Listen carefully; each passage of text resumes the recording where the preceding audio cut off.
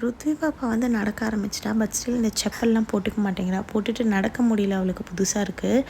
அதித்தி தான் அவளுக்கு வாங்குறதெல்லாம் யூஸ் பண்ணிகிட்ருக்கா. இதுவுமே அதித்திக்கு வாங்கின ஷூ தான். கொஞ்சம் பீக்கு பீக்குன்னு சவுண்டு வருமே, அது போட்டுவிடுவோம். அந்த சவுண்டுக்காக போட்டு கொஞ்சம் நேரம் நடந்தா.